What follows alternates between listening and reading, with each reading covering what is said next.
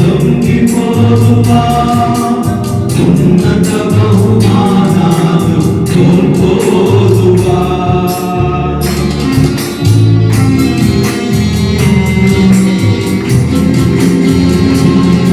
లోకాలకే లొంగిపోదువా, ఉన్నత బహుమానాలు కోల్పోదువా. నిన్ను పిలిచినవాడు సంపన్నుడు, కొరతేమి నీకు రానీయడు. నిన్ను పిలిచినవాడు సంపన్నుడు, కొరతేమి నీకు రానీయడు. సర్వసంపూర్తిని కలిగించి పోషిస్తాడు, సర్వసంపూర్తిని కలిగించి పోషిస్తాడు. నీ భాగ్యమెంత గొప్పది, సేవ చేయుని బ్రతుకు ధన్యమైనది. సేవకుడా నీ భాగ్యమెంత గొప్పది, సేవ చేయుని బ్రతుకు ధన్యమైనది.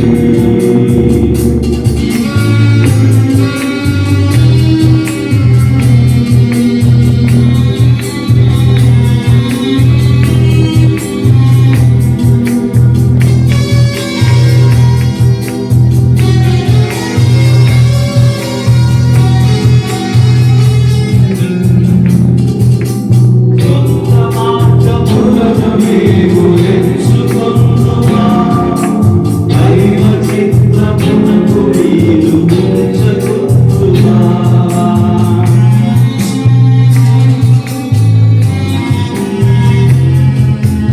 సొంత మార్గములను నీవు ఎంచుకొనుమా, దైవ చిత్తమునకు నీవు ఉంచకొనుమా. ఓదగినవాడు శ్రీయేసుడు, శ్రమలో నిన్ను విడిచిపెట్టడు. తగిన సమయములో అధికముగా హెచ్చిస్తాడు, తగిన సమయములో అధికముగా హెచ్చిస్తాడు. నీ భాగ్యమెంత గొప్పది, సేవ చేయుని బ్రతుకు ధన్యమైనది. సేవకుడా నీ భాగ్యమెంత గొప్పది, సేవ చేయుని బ్రతుకు ధన్యమైనది. బలవంతుడుగా ఉండుమా, క్రీస్తు యేసు కృపతో నిండుమా. బలవంతుడుగా ఉండుమా, క్రీస్తు యేసు కృపతో నిండుమా. హల్లెలూయా, హల్లెలూయా. యెహోరాము. కాబట్టి దేవుని బిడ్డలారా, యెహోరాము ఆ దేశాన్ని పరిపాలించినప్పుడు 32 సంవత్సరాల ప్రాయము కలిగినటువంటి. అర్థమైందా? యెహోరాము అనగా అర్థం ఏంటంటే యెహోవాను గణపరచుట, లేకపోతే యెహోవా చేత గణపరచబడుట. అర్థమైందా? యెహోవాను గణపరచుట, యెహోవా చేత గణపరచబడుట. ఏం పేరు అది? యెహోరాము. ఈయన యోధా రాజ్యములో రాజుగా ఉన్నాడు. ఇశ్రాయేలు రాజ్యం వేరు, యోధా రాజ్యం వేరు. యోధా రాజ్యములో రాజుగా ఉన్నాడు. ఎన్నో రాజు అంటే 5వ రాజు. మీరు గుర్తుపెట్టుకోండి, యోధా రాజ్యములో 5వ రాజు. అర్థమైందా? వీళ్ళ నాన్నగారి పేరు ఏంటంటే యెహోషువపాతు. అర్థమైందా? యెహోషువపాతు. యోధా దేశంలో పవర్ఫుల్ భక్తి కలిగిన వారు దైవ సేవకులు ఎవరంటే హిజ్కియా ఉన్నాడు, దావీదు ఉన్నాడు, ఆషా ఉన్నాడు, యెహోషువపాతు ఉన్నాడు. వీళ్ళందరూ ఇంత పవర్ఫుల్ ప్రార్థనా పరులు ఈ యోధా రాజ్యంలో ఉన్నారు, కానీ ఈ ఇశ్రాయేల్ రాజ్యంలో లేరు. మీకు అర్థమవుతుందా? ఇశ్రాయేల్ రాజ్యంలో లేరు, యోధా రాజ్యంలో ఉన్నారు. కాబట్టి దేవుని బిడ్డలారా, ఆ యెహోషువపాతుకు పుట్టినటువంటి కుమారుడు ఎన్నోవ కుమారుడు అంటే ఈ 21వ అధ్యాయం 2వ వచనంలో రాయబడింది. 21వ అధ్యాయంలో మనకు చెప్పడానికి టైం లేదు కాబట్టి ఈ మాట చూడండి. 7 కొడుకులండి. యెహోషువపాతుకి ఎంతమంది కొడుకులు? 7 కొడుకులు. 7లో ఈయన ఎంత ఎన్నోవాడు అంటే మొదటివాడు. గుర్తుపెట్టుకోండి, ఈయన ఎన్నోవాడు? మొదటివాడు అంటే జ్యేష్ఠుడు. మీరు సేవకులు, మనందరం సేవకులం కాబట్టి జ్యేష్ఠత్వాన్ని మనం వివరించవచ్చు. అర్థమైందా? జ్యేష్ఠుడికి ఏమి ప్రాధాన్యత ఉంది, 2 అంతల ఆశీర్వాదాలు, 2 అంతల పాలన ఉంది అని బైబిల్ చెబుతుంది. కాబట్టి ఈయన జ్యేష్ఠుడు, యెహోషువపాతుకి జ్యేష్ఠుడు, యెహోషువపాతు కుమారుడు ఈయన తర్వాత 6 ఉన్నారు. అర్థమైందా? 7 కుమారులు. ఈ 7 కుమారులు మొట్టమొదటి వాడు ఈయన. మీకు ఇంకొక మాట ఏంటంటే దేవుని బిడ్డలారా, మీరు చదవటానికి మన వెనకాల గిరిబాబు కూడా ఉన్నాడు కాబట్టి ఇకసేపు వాక్యం చదవటానికి ఆ 3వ వచనంలో 21వ అధ్యాయం 3వ వచనంలో రాయబడింది, ఈయన జ్యేష్ఠుడు కాబట్టి దేవుని బిడ్డలారా ఈయనకేమో రాజ్యాన్ని ఇచ్చాడు. మిగతా తమ్ముళ్ళకి ఏమి ఇచ్చాడో తెలుసా? పెద్ద పెద్ద నగరాలను, బంగారాన్ని, వెండిని, మంచి మంచి పట్టణాలను వాళ్ళకి తమ్ముళ్ళకి కానుకలుగా ఇచ్చింది. అర్థమైందా మీకు? తమ్ముళ్ళకేమో పట్టణాలని, బంగారాన్ని, నగలను కానుకగా ఇచ్చాడు. అన్నకేమి ఇచ్చాడు? జ్యేష్ఠుడు కాబట్టి ఏమి ఇచ్చాడు? సింహాసనం ఇచ్చాడు. దేవుని స్తోత్రం చెల్లిద్దాం. పిలిపి అన్న ఉన్నాడు. ఇప్పటికి అన్న 45-50 సంవత్సరాలు మీరు సేవలోకి వచ్చారు. 45 years, 40 పైన. ఆయన ఏమో ఓపెనింగ్ అనుకోవద్దు. పిలిపి అన్న ఒక 10 సంవత్సరాలు, 15-20 సంవత్సరాల క్రితం మేము ఒక చోటకి వెళ్తే ఒక వ్యక్తి అన్నాడు, అయ్యగారు మీ సంఘం ఎక్కడా అన్నాడు. అప్పటికే అయ్యగారు చెప్పి చెప్పి చెప్పి చెప్పి విసిగిపోయాడు. ఆయన అన్నాడు, మన సంఘం మధ్యాకాశంలో అన్నాడు. దేవుని స్తోత్రం. ఆయన అన్నది కరెక్టే. యెషయా గ్రంథం 2వ అధ్యాయం 1వ వచనంలో ఈ పర్వతములన్నిటికంటే పైగా ఎత్తబడి మధ్యాకాశంలో సమకూర్చబడే వధువు సంఘాన్ని ఆయన సిద్ధం చేస్తున్నాడు. దేవుని స్తోత్రం. ప్రభు ఆయనకి ఇచ్చిన పిలుపు ఒక సువార్థికుడుగా, ఒక నాయకుడిగా, ఒక బాధ్యతాయుతమైన వ్యక్తిగా. సంఘం లేనంత మాత్రాన వాళ్ళు తక్కువ వాళ్ళను, ఉన్నవాళ్ళం అందరం గొప్పవాళ్ళం అనేది కాదు. ప్రభు ఒక్కొక్కరికి ఒక పనిని మన 5-fold మినిస్ట్రీస్లో మన సువార్థికులు, కాపర్లు, అదేవిధంగా ప్రవక్తలు అన్నీ మనకన్నీ తెలుసు. కానీ ఆడికి ఏమైనా సంఘం ఉందే, 10 మంది కూడా లేరు అని మనమే అంటాం. కనుక పిల్లరా, మన జీవితాల్లో ప్రభు ఇచ్చిన పిలుపులో అందరం కలిసి మన వంతులో మన పనులు చేసుకుంటూ ప్రభు నా మహిమ కొరకు ముందుకు వెళదాం. మనం జీతగాడిలా కాకుండా కాపరిగా పనిచేద్దాం. నేను ఒక మాట అంటాను, ఏమనుకోవద్దు. మనం పిల్లరా, వారసత్వపు రాజకీయాలకు నేను వ్యతిరేకం కాదు, కానీ పెద్దోళ్ళు సేవ చేసినప్పుడు సాధ్యమైనంత వరకు మనం వింటే దానికి మించి డెవలప్ చేసి సేవ చేద్దాం. ఓకే, రవికుమార్ గారు, మీ నాన్నగారు ఒక మంచి సేవ చేశాడు అనుకున్నాం. నువ్వు చేయగలిగితే ఆయనకి మించి సేవ చేయి. ఒకవేళ చేయలేని పక్షం అయితే ఆయన ఎంతవరకు చేసాడో తగ్గకుండా చేయి. పెంచకపోయినా పర్లేదు, కానీ నీకు నమస్కారం, తగ్గకుండా చేయి. నేను అది ఒకటే కోరుకుంటా వారసత్వపు సేవలు. ఓకే పిల్లరా, అలాగే మనకి జీవితాలు ఒకళ్ళొకళ్ళు కోఆర్డినేట్ చేసుకుంటూ మనం వెళ్ళిపోవాలి. ప్రభువు మనకిచ్చిన దర్శనంలో మనం వెళ్ళిపోవాలి, మన పనిలో మనం వెళ్ళిపోతూ వెళ్దాం. నేను ఇంకో మాట, ఇప్పుడు జీతగాడి సేవకి ఇండిపెండెంట్ సేవకి కొంత డిఫరెన్స్ ఉంది. మనమంతా కూడా ఇంచుమించుగా 90% ఇండిపెండెంట్ పాస్టర్స్. నెలవారీగా జీతాలు వచ్చే సంస్థలు కొన్నే ఉన్నాయి. లూథరనో లేక బ్యాప్టిస్టో, సిఎస్ఐఓ ఇలాంటి వాటిలో నెలవారీ జీతాలు ఉంటాయి, సందర్భాన్ని బట్టి ట్రాన్స్ఫర్లు ఉంటాయి. ఇంచుమించుగా 90% మనం అందరం కూడా ఏంటి, స్వతంత్ర సేవ, ఇండిపెండెంట్ పాస్టర్స్. ఇండిపెండెంట్ సేవలో, స్వతంత్ర సేవలో కష్టం ఉంటుంది, కానీ లాంగ్ స్టాండింగ్ మన కష్టానికి తగిన ఫలితము మన పిల్లల భవిష్యత్తులో మనం అనుభవిస్తాం. కానీ ఈ మనం జీతం తీసుకునే సేవలో అఫ్కోర్స్ మనం ఒక మంచి సంఘంకి అపాయింట్ చేశారనుకో చర్చిలో, అక్కడ ఒక 30,000, 40,000, 50,000 రావచ్చు. అదే పాస్టర్ గారిని తీసుకువెళ్ళి ఎక్కడో అడవుల దగ్గర రాజు కాలువకి వెళ్ళి వేసారనుకో, అక్కడ 20 మంది విశ్వాసులు ఉన్నారనుకో, ఒక వైభవాన్ని అనుభవించిన పాస్టర్ గారు ఈ అలవాట్లకి లేకపోతే ఈ ఖర్చుకి బిడ్డలను చదివించుకోవడం కానీ ఇంకోటి దానికి ఆ రేంజ్లో వెళ్ళి పాస్టర్ గారు ఇబ్బందులు పడే పరిస్థితులు ఉంటాయి. కనుక జీతగాళ్ళకి కొంత సమస్య ఎప్పటికీ నిత్య రిస్క్ ఎక్కువగానే ఉంటుంది. మనకి ఇప్పుడు కష్టపడతాం, కానీ భవిష్యత్తులో మాత్రం చాలా సంతోషకరంగా ఉంటాం. నాకు తెలుసు కేపీ ఆనంద్ గారి ఆర్గనైజేషన్లో మరి తమ్ముడు వర్క్ చేశాడు. తర్వాత పెళ్ళి ఎదిగి దాన్ని తగినట్లుగా ఎంపిక చేసుకుంటూ వచ్చి ఉండొచ్చు. బిడ్డల్ని ఇలా ఈ స్కూల్లో చదివించాలో ఇంకోటో ఒకసారిగా ఆర్గనైజేషన్ పరిస్థితుల్లో తలమునకలు అయినప్పుడు అంత ఇబ్బందిని ఎదుర్కొనే పరిస్థితులు. అఫ్కోర్స్ కొంత రిస్క్ అయినా మనం కష్టపడి పరిచయంలో ప్రభులో ముందుకు వెళదాం. ఒక మంచి సేవకుడిగా మన వంతుగా మనం చేయగలిగిన పని చేద్దాం. అటు మనసుతో మనం ముందుకు వెళదాం. నువ్వు పెద్ద గొప్పగా అన్ని ఆరితీరి మాకు చెబుతున్నావు, అసలు నీ సంఘం ఎంత అనుకోవద్దు, నా సంఘం నేను చెప్తే వినగలిగినంత, ఇక అంతకన్నా కంగారు పడాల్సిన పని లేదు. కానీ మీ పరిధిలో మీరు, నా పరిధిలో నేను, ప్రభు పనిలో మనం ముందుకు వెళ్దాం. దేవుడి మాటలు దీవించిన చిన్న ప్రార్థన చేసుకుందాం. చిన్న ప్రార్థన. పరిశుద్ధుడైన తండ్రి, మహోన్నతుడా, సర్వాధికారికి స్తోత్రం. విన్న మాటలు మా హృదయాల్లో భద్రపరచు, వాక్యానుసారంగా జీవించే మనసును మాకు దయచేయమని యేసు పరిశుద్ధ నామములో వేడుకొని ప్రార్థించున్నాము తండ్రి. ఆమేన్.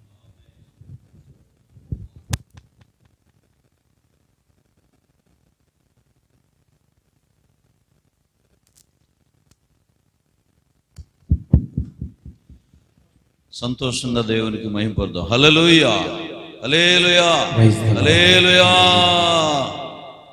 గిరిబాబు గారు అంటే రెండంచుల ఖడ్గం లాంటి వాడు.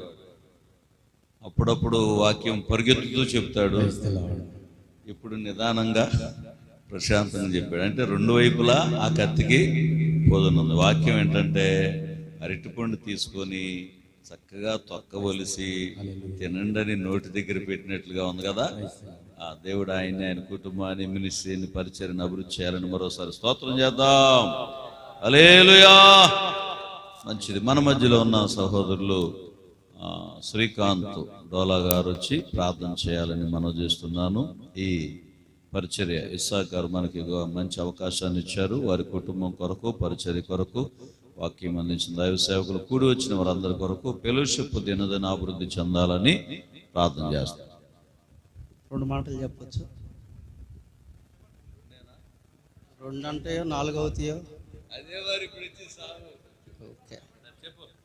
ఓకే, మంచిది. దేవుని పరిశుద్ధ నామానికి మహిమ కలుగును గాక. మరి వేదిక మీద ఉన్నటువంటి దైవ సేవకులకు అందరికీ ప్రత్యేకమైన వందనాలు. మరి ఫెలోషిప్ తరపున పాస్టర్ గారికి కూడా ప్రత్యేకమైనటువంటి వందనాలు. మరి 1999 డిసెంబర్ 23న నేను సేవ ప్రారంభించాను ఇక్కడ. అంటే ఎన్ని సంవత్సరాలు? 99 డిసెంబర్ 23, 24, 24 ఇయర్స్. నెక్స్ట్ రాబోయేది 25 సిల్వర్ జూబ్లీ. 25 సంవత్సరాల రజతోత్సవ మహోత్సవానికి సిద్ధపడుతున్నాం దేవుని మహాకృపను బట్టి. దీనిలో ఎన్నో ఆటుపోట్లు, ఎన్నో మరి అవకతవకలు, కలిమి, లేమి, దుఃఖము, సమస్యలు, ఇరుకులు, ఇబ్బందులు, ఆపదలు, ఆటుపోట్లు, ప్రమాదము, రక్తం కాకటం, గుండెపోటు రావడం, యాక్సిడెంట్లు అవ్వడం, ఎన్నో విధాలుగా. 23వ కీర్తనలో అన్న చెప్పారు కదా, అక్కడ రాయబడినటువంటి మాట ఏంటంటే, నా గిన్నె నిండి 5వ వచనంలో, 32లో ఎండిపోయింది. ఏమైంది? 32వ అధ్యాయంలో కీర్తనలో ఎండిపోయింది 4వ వచనంలో. మళ్ళీ 45వ కీర్తన 1వ వచనంలో పొంగుచున్నది అంటాడు. నా హృదయము ఉప్పొంగుచున్నది అంటాడు. మొదటిది పొర్లుతున్నది, రెండోది ఎండిపోయింది, మూడోది రైట్.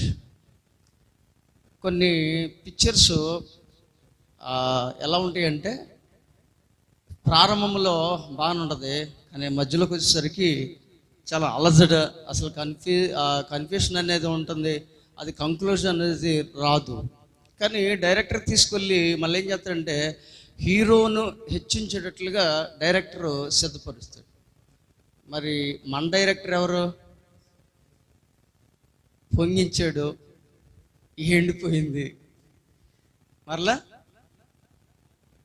ఉప్పొంగు.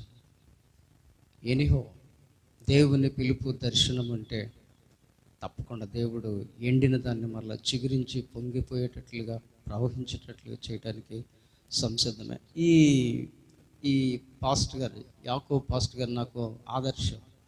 ఎందుకంటే ఆయన పరిచర్య చేస్తున్నప్పుడు నేను చూసేవాడిని, ఆలోచించేవాడిని. ఆయన బట్టి నేను ఒక ఆదర్శంగా తీసుకుని నేను కూడా చేయాలి అనేటువంటి ఒక ఆశ. ఇన్స్మతి మేరీ అక్క ఈ ప్రాంతంలో మొట్టమొదటిగా వచ్చింది ఇక్కడే. పాస్టర్ గారు జాకోబ్ గారు ఏది కాంప్లెక్స్ అక్కడ మీటింగ్ పెట్టినప్పుడు ఆ అక్క వచ్చి పాడినప్పుడు ఎంత ఆనందం, ఎంత సంతోషము. యేసయ్యా నా ప్రాణ ప్రియుడా రుజువాయే నీ ప్రేమ కల్వరిలో. ఎంత అద్భుతమో. సుశీల పక్కన పెట్టవచ్చు, ఆ పాట ఆమె ప్రాణం. తర్వాత 2010లో నా దగ్గరకు వచ్చింది ఉత్తర సంఘంలో. ఇప్పటి వరకు నేను వెల్టూరులో సంఘం పెట్టల, పరిచర్య తప్ప, సువార్త ప్రకటించడం తప్ప సంఘం పెట్టల. మొత్తం వెల్టూరు అంతా చుట్టేసాం, ఇక్కడ సంఘం పెట్టల నేను. కానీ ఎన్ని సంఘాలు వచ్చినాయి అంటే, గొంతుకు ఒక సంఘం వచ్చింది, గౌడుపాలలో సంఘం, సౌదరిస్ అంటే దోనేపూడిలో. ఇక నా మీద ఇదే దేవుడు సంఘాలను విస్తరించాడు. దేవునికి స్తోత్రం. 24 సంవత్సరాలుగా దేవుడు ఈ స్థలంలో నిలబెట్టాడు. యాకోబు గారిని ఆదర్శంగా తీసుకున్నాను. వారి పరిచర్యలో ఎంతగానో సహకరి. ఆయన మంచాన పడినప్పుడు, పెరాలసిస్ వచ్చినప్పుడు విజయవాడ సుమో ఉండేది, ఆ సుమోలో తీసుకెళ్ళి ఆయన్ని సిరివెళ్ళ నరసింహంలో చూపించాం. అమ్మగారిని పరామర్శించాం. పిల్లల విషయంలో వారు సహకరించాం. నిజంగా ఎన్నో విధాలుగా వారిని ఎంతగానో బలపరిచాం. దేవుడు నిజంగా మరి ఎంతగానో ఇస్సాకు నిలబెట్టి పరిచర్ను దేవుడు నిలబెట్టడానికి దేవుడు సహాయం చేశాడు. హల్లెలూయా. పొంగింది చెప్పండి, ఎండింది ఊపొంగింది. స్తోత్రం. ప్రార్థన చేయమంటారా? పరిశుద్ధుడైన మా తండ్రి, మీకు వందనాలు ప్రభా. నిజమే ప్రభా, నిన్ను ఆశ్రయించిన వారిని ఎన్నడూ సిగ్గుపరిచేవాడు కాదు. దావీదు అందుకే నిన్ను ఆశ్రయించాడు. యెహోవా నా ఆశ్రయము. నిన్ను ఆశ్రయించిన వారిని సిగ్గుపరిచేవాడు కాదు.